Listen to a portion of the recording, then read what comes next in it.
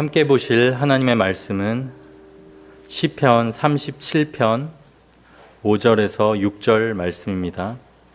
내 길을 여호와께 맡기라.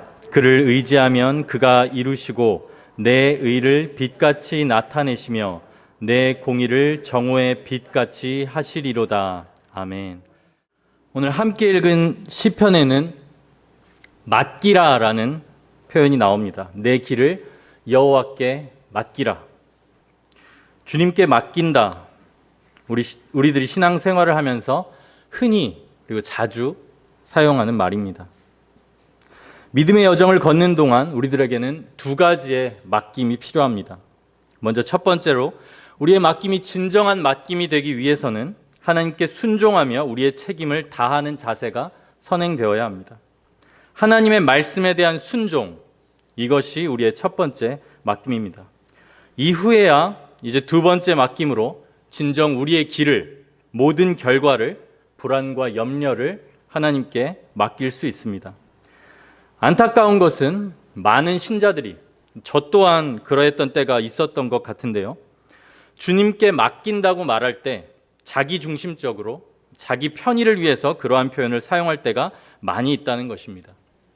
방금 말씀드린 첫 번째 맡김, 즉 하나님의 말씀에 순종하며 모든 것을 주께 바쳐 올려드리는 그 맡김 없이 마치 나에게는 아무런 책임이 없고 일방적으로 모든 부담과 책임을 주님께 전부 던져버리기만 하면 되는 것처럼 그렇게 주님께 맡긴다라는 표현을 사용하곤 합니다.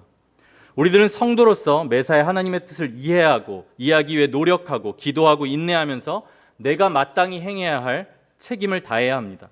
주님께 맡겨야지, 주님께 맡기면 되지 하면서 자신은 아무것도 하지 않고 무책임하게 행동하는 것은 성경적인 맡김이 될 수 없습니다. 물론 주님께 맡긴다고 우리들이 말할 때 이 표현에는 인생의 주도권이 우리에게 있지 않으며 하나님의 주권을 인정한다는 의미도 당연히 포함되어 있습니다. 하지만 이러한 고백을 진실하게 하는 자에게서는 반드시 하나님의 말씀을 향한 순종이 나오게 되어 있기에 하나님께 맡긴다는 의미에는 하나님의 말씀과 지시에 대한 순종이 함께 동반되어야 합니다. 오늘 함께 읽은 시편 말씀에서의 맡기라, 어떤 의미를 가지고 있는지 살펴보겠습니다. 여기서 맡기다라고 번역된 히브리어 원어는 구르다, 굴리다라는 의미를 가진 단어에서 파생된 단어입니다. 이 구르다라는 단어로부터 파생된 단어들이 구약 여러 곳에서 사용되고 있는데요, 주로 무거운 돌과 같은 것들을 옮기다, 굴리다, 옮겨놓다 이런 의미로 사용되고 있습니다. 따라서 시편 37편 5절을 원어적인 의미를 더 강조해서 표현해 보면 내 길을 여호와께 굴려놓아라, 내 길을 여호와께 옮겨놓아라 라고도 표현할 수 있습니다. 한편 공신력이 있는 영어 성경들은 시편 37편 5절의 맡기라를 commit 라는 단어로 번역하고 있습니다. 이 commit라는 단어는 단순하게 맡기다라는 의미도 있지만 더 깊은 의미를 담고 있습니다. 이 단어에는 무언가를 하겠다고 신실하게 약속하다, 한 사람에게만 전적으로 전념하고 충실하다, 이런 의미들이 있습니다.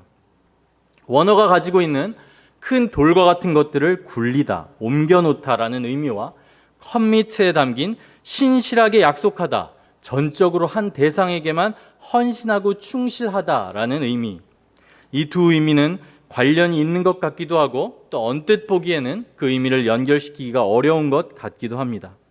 이제부터 말씀드리는 성경 구절들의 내용들을 함께 머릿속으로 그려보시면서 한번 이 맡김의 성경적 의미를 생각해 보시기 바랍니다.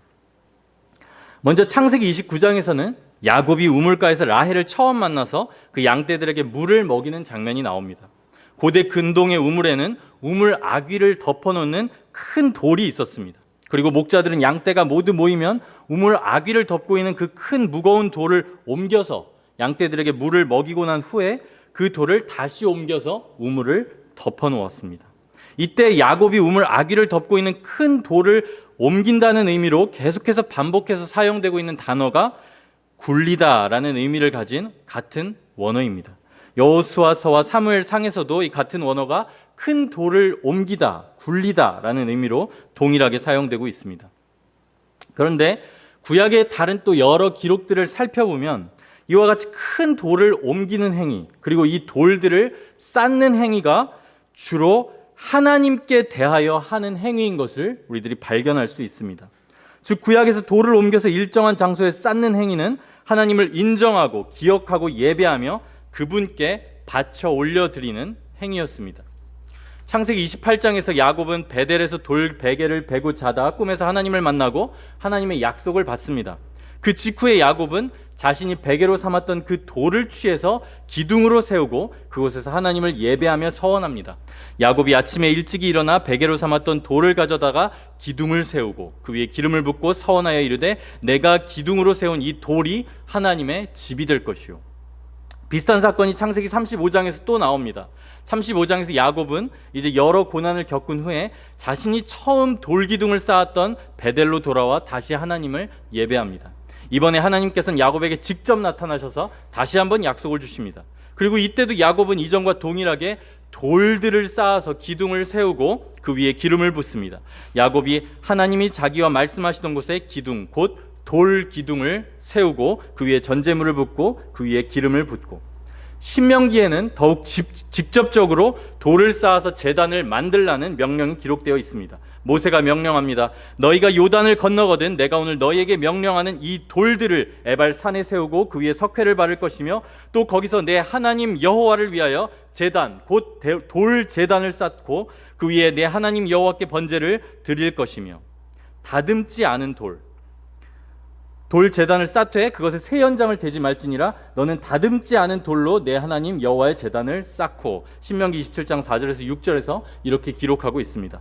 다듬지 않은 돌, 즉 자연에 있는 여러 돌들을 하나님께서 지시하신 장소까지 옮겨서 하나님께 제단을 쌓으라는 명령입니다. 여호수아 역시 요단강을 건넌 후에 이스라엘 지파들의 수대로 돌 12를 취해서 하나는 이스라엘 진영에 두고 또 다른 돌 12를 취해서 이스라엘 백성들이 요단강을 건널 때 제사장들이 언약궤를 메고 서 있던 곳에 둡니다. 이는 하나님께서 베푸신 기적을 대대로 기념하고 기억하기 위함이었습니다. 즉 구약 전반에서 무거운 돌들을 옮겨서 쌓아두는 행위, 쌓는 행위는 하나님을 기억하고 기념하고 예배하는 행위, 하나님께 바쳐 올려드리는 행위임을 확인할 수가 있습니다. 이러한 의미를 오늘 본문에 적용해 보면 너의 길을 여호와께 맡기라 라고 말씀할 때 이 맡김은 단순히 어떤 일을 하나님께 부탁하고 의뢰하고 맡겨버리는 것만을 의미한다고 보기가 어렵습니다. 너의 길을 여호와께 굴려놓아라, 너의 길을 여호와께 옮겨놓아라 라고도 번역이 가능한 이 표현에는 하나님을 예배하기 위해 무거운 돌을 정하신 장소까지 옮기는 그러한 의미가 내포되어 있습니다. 마치 물을 마시기 위해서 우물 아귀에 있었던 돌을, 그 큰 돌을 옮기는 것처럼, 또한 하나님을 예배하기 위해 큰 돌들을 주께서 지시하신 곳으로 옮기고 이 돌들을 쌓아 제단을 쌓는 것처럼 우리의 힘을 다하여 하나님께서 원하시는 곳까지, 말씀하신 곳까지 그 무거운 돌들을 옮겨 놓으라는 의미가 이 맡기라라는 명령에 들어있는 것입니다. 즉 진정 우리의 길을 하나님께 맡기는 이 맡김에는 물론 다른 대상이 아닌 하나님을 향하여서만 바쳐 올려드린다는 오직 하나님을 향하는 분명한 방향성이 있지만 한편으로는 명백하게 우리의 순종을 요구하고 있습니다. 일단 하나님께서 지시하신 그 지점까지 나아가야 합니다. 물론 모든 결과는 하나님께서 그분의 주권에 따라 결정하시며 우리는 그 모든 결과를 하나님께 맡겨야 하지만 우리들이 해야 할 일도 반드시 존재하는 것입니다.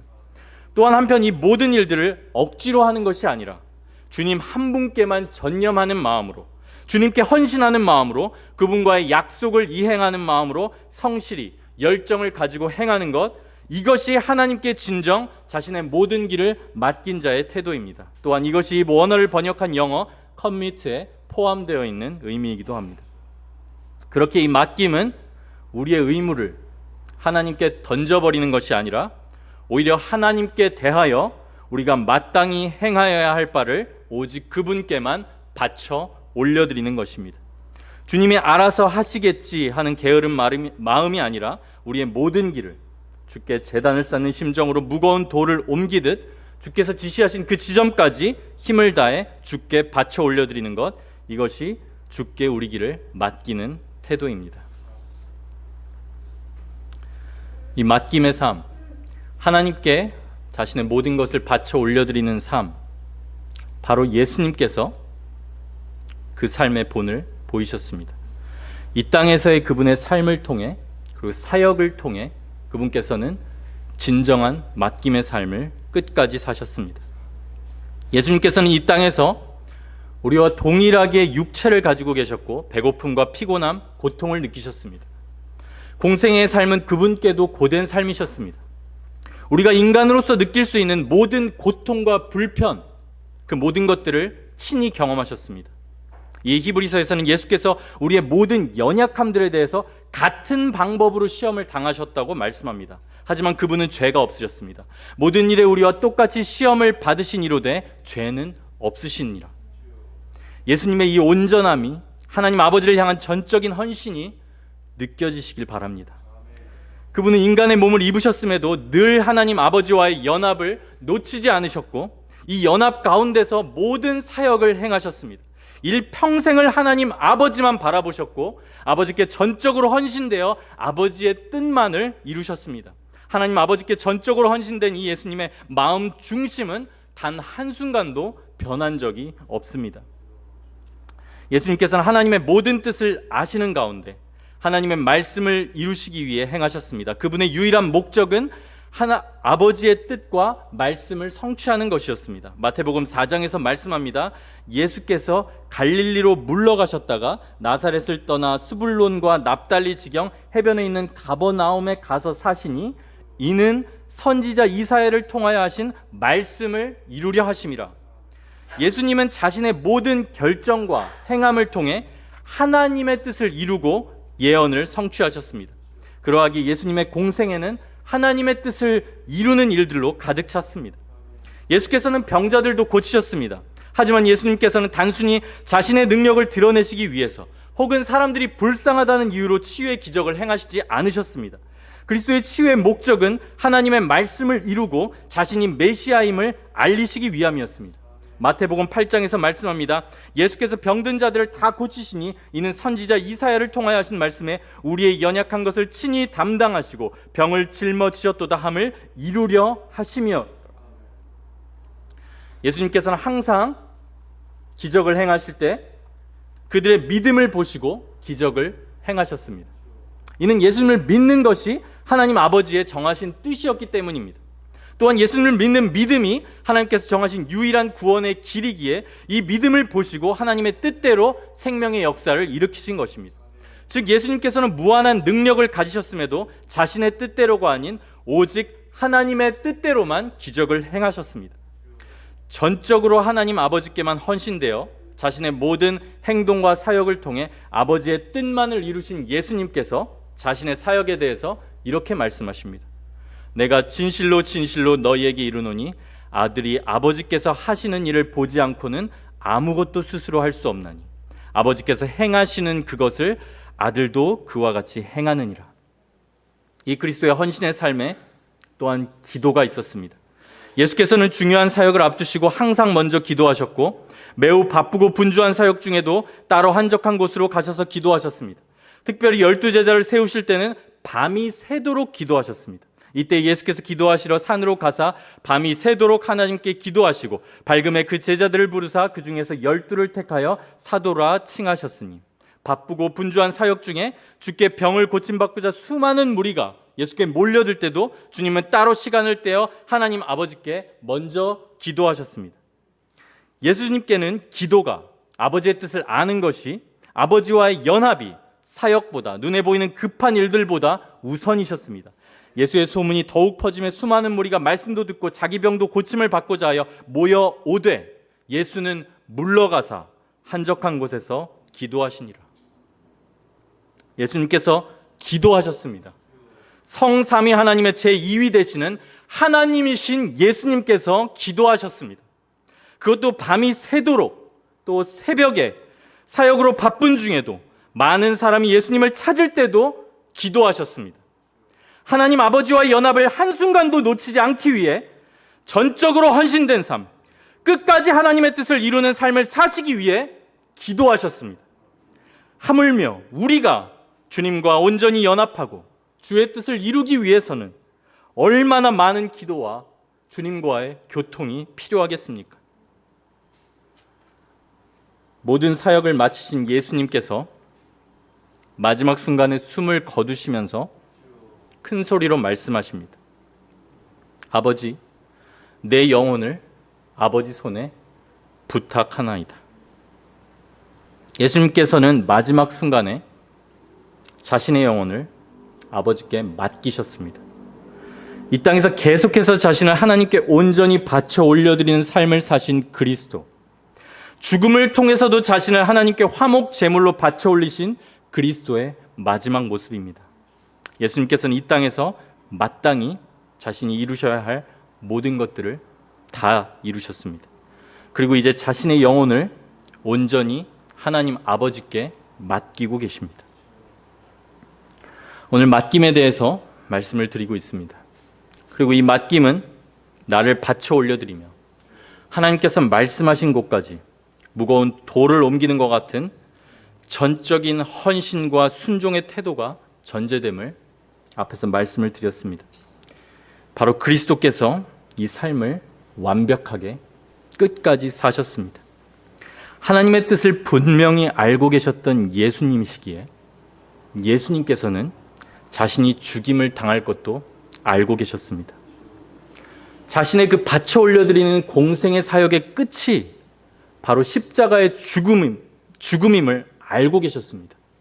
그러나 끝까지 그 길을 가셨습니다. 그리스도의 공생의 사역의 종착지, 하나님 아버지께서 의도하신 목적지는 완전한 그리스도의 죽음이었습니다. 그 완전한 죽음까지, 그 지점까지 그리스도께서는 자신의 사명을 완수하셨습니다.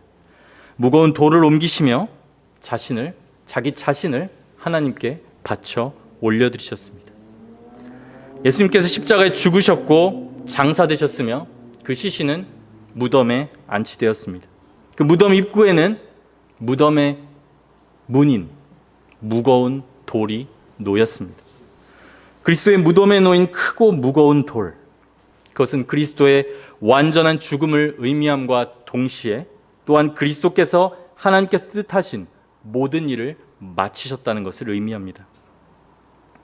하지만 만약에 이것으로 우리가 믿는 바가 끝이 났다면, 완전한 죽음으로 이 이야기가 마쳐졌다면 그리스도가 예배받는 일은 없었을 것입니다.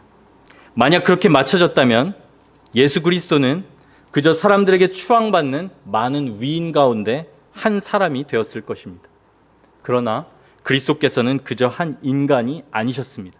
그러했기에 이 이야기는 죽음으로 끝나지 않습니다. 그리스도는 참 사람이자 참 하나님으로 오셨습니다. 그분은 메시아로 오셔서 아버지의 뜻대로 모든 일을 이루셨고 또 아버지의 뜻대로 자기 백성의 모든 죄를 담당하시고 화목제물로 드려져 십자가에 죽으셨습니다. 이 모든 것이 그리스도의 순종과 헌신으로 영원하신 하나님의 말씀대로 이루어졌습니다. 그렇기에 이제 나타날 일도 정해져 있었습니다. 마태복음의 기록입니다. 안식일이 다 지나고 안식 후 첫날이 되려는 새벽에 막달라 마리아와 다른 마리아가 무덤을 보려고 갔더니 큰 지진이 나며 주의 천사가 하늘로부터 내려와 돌을 굴려내고 그 위에 앉았는데 천사가 여자들에게 말하여 이르되 너희는 무서워하지 말라. 십자가에 못 박히신 예수를 너희가 찾는 줄을 내가 아노라. 그가 여기 계시지 않고 그가 말씀하시던 대로 살아나셨느니라. 와서 그가 누우셨던 곳을 보라. 하나님 아버지께서는 영원한 작정대로 예수 그리스도를 다시 살리셨습니다. 그리스도는 부활하셨고 40일 동안 제자들과 함께 하시며 그들에게 복음을 전하셨습니다. 예수님의 부활체를 직접 목격하고 그분께 이 땅에서 가르침을 받은 베드로가 담대히 선포합니다. 이 예수를 하나님이 살리신지라. 우리가 다 이 일의 증인이로다. 그리스도께서는 다시 살아나셨을 뿐 아니라 하늘로 올라가셨고 하나님께서는 그리스도를 높이셨습니다. 이제 그리스도께서는 하나님 보좌 우편에 거하는 만왕의 왕 만유의 주가 되셨으며 하나님께서는 모든 권세를 그리스도에게 주셨습니다. 하나님 아버지께 모든 것을 맡기시며 끝까지 순종하신 그리스도, 이 그리스도를 하나님께서 친히 가장 영광스러운 자리로 높이셨습니다. 빌립보서 2장에서 말씀합니다.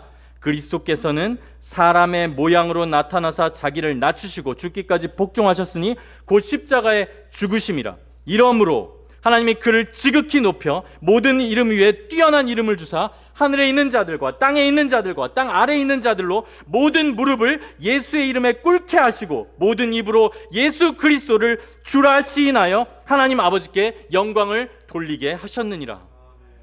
나아가 이제 둘째 아담으로서의 모든 사역을 마치시고 하나님에 의해 높아져서 공식적으로 만왕의 왕의 자리에 높임을 받으신 그리스도는 새 언약의 시대를 여시며 약속하신 성령을 아버지께 받아 자기 백성들에게 부으십니다.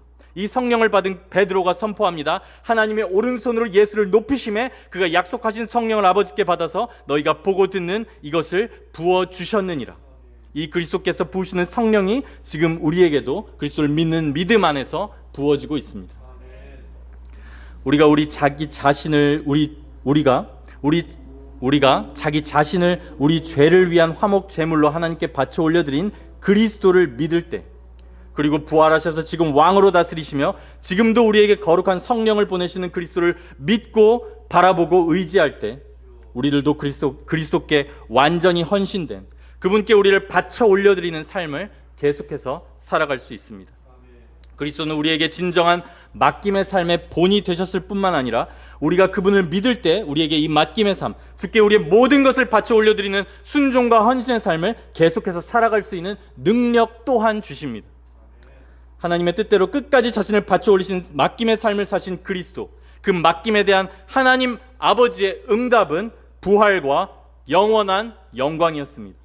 그리고 그리스도는 부활의 첫 열매로 새 언약의 시대를 여셨으며 우리의 산 소망이 되셨습니다. 오늘 맡김에 대한 성경적인 의미를 살펴보고 그리스도를 통해 그 맡김의 삶의 본을 보았습니다. 사랑하는 성도 여러분, 하나님께서 여러분에게 허락하신 모든 일들에 대해서 주님께서 지시하신 곳까지 무거운 돌들을 옮기고 계십니까? 하나님의 말씀에 순종해서 그리스도를 의지해서 성경적인 원칙대로 그 모든 일들을 해 나가고 계십니까?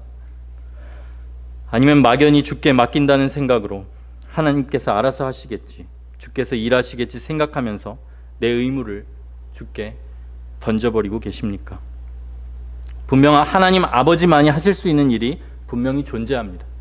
이스라엘 백성들이 여호수아와 요단강을 건널 때 그들 앞에 요단강을 마르게 하는 것은 오직 하나님만이 하실 수 있는 일이었습니다. 하지만 한편 이스라엘 백성들은 하나님의 약속과 명령에 따라 아직 물이 그치기 전에 그들의 발을 물가로 내디뎌야 했습니다. 그것은 그들에게 요구되는, 그들이 직접 해야 하는 순종이었습니다. 영혼의 구원, 마찬가지로 우리가 할 수 있는 일이 아닙니다. 우리가 그 일을 이룰 수 없습니다. 또한 분명 그것은 하나님의 주권에 달려 있습니다. 그러나 영혼 구원을 위한 도구의 기도, 그리스도인으로서의 거룩한 빛을 비추이는 삶, 복음의 전파, 그리고 전도, 이 모든 일들은 모두 주를 의지하여 우리가 마땅히 행해야 하는 일들입니다. 장래의 문제, 미래의 일들도 우리들은 다 알 수 없습니다. 오직 하나님만이 아시는 영역입니다.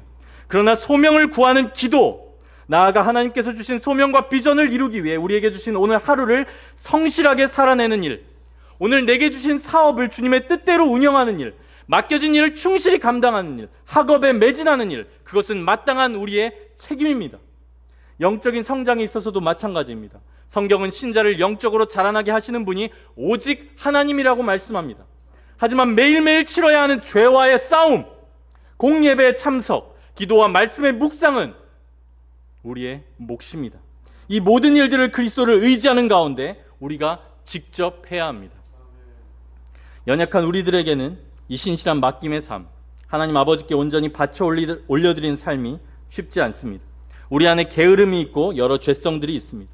또 자칫하면 자기 열심으로, 또 자기 의 혹은 방종으로 한쪽으로 치우치기 쉽습니다. 그렇게 이 신실한 맡김의 삶을 살기 위해선 친히 자신의 삶과 죽음을 통해서 완전한 본을 보이신 그리스도를 매일 바라보며 믿고 의지해야 합니다. 또한 그분이 이루신 일과 약속을 계속해서 바라보아야 합니다. 인간의 몸을 입고 하나님 아버지의 모든 뜻을 이루신 그리스도, 그리고 그 영혼을 하나님 아버지께 맡기신 그리스도, 하나님 아버지께서는 그런 그리스도를 부활로, 영원한 영광으로, 영원한 유업의 상속자로 세우셨습니다. 오늘 시편 말씀과 같이 이 완전한 맡김의 삶을 끝까지 사신 그리스도를 높이시며 그의 의를 명명백백한 정오의 빛과 같이 나타내셨습니다. 내 길을 여호와께 맡기라. 그를 의지하면 그가 이루시고 내 의를 빛같이 나타내시며 내 공의를 정오의 빛같이 하시리로다. 그리스도를 바라보며 신실하게 맡김의 삶을 살아갈 때 오늘 시편 말씀과 같이 또 그리스도께서 이루신 일과 같이 주께서 모든 일을 이루어 가실 것입니다.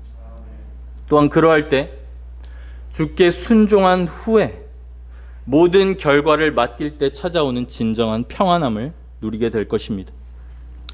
이 순종의 삶을 위해, 이 진정한 맡김의 삶을 위해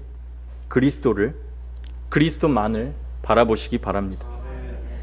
이 그리스도 안에서의 영원한 복이 모든 성도님들과 그 삶과 그 가정과 일터와 일상의 모든 자리에 임하시기를 축복합니다. 기도하겠습니다.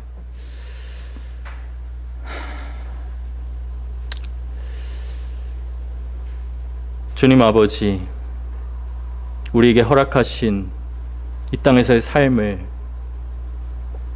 주님께서 뜻하신 바대로 살아갈 능력이 우리들에게는 없음을 고백합니다. 그러하기에 언제나 그 삶을 끝까지 살아가시며 우리에게 본이 되시며 또한 지금도 믿음으로 성령으로 역사하시는 그리스도만을 바라보기를 간절히 소원합니다. 그러한 모든 복된 주의 백성들 가운데, 우리 모두의 삶 가운데 주님께 우리의 모든 것을 바쳐 올려드리는 그 삶 가운데 하나님 아버지께서 친히 그분의 일들을 이루시는 것을 보게 되며 그리하여 끝까지 하나님 아버지를 믿고 승리할 수 있는 모든 주의 백성들이 되기를 간절히 기도합니다. 감사드리며 우리 주 예수 그리스도의 이름으로 기도드렸습니다. 아멘.